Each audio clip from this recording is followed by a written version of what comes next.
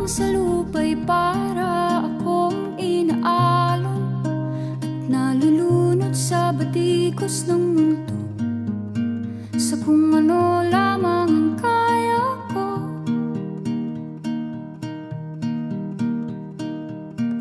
Bigang-biga na sa mga problemang di masolusyonan agad, parang wala nang bukas.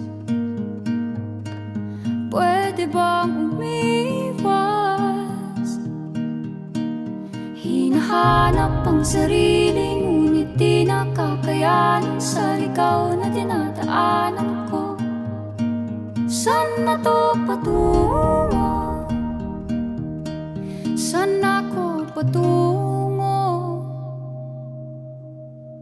Dahan-dahan nating simulan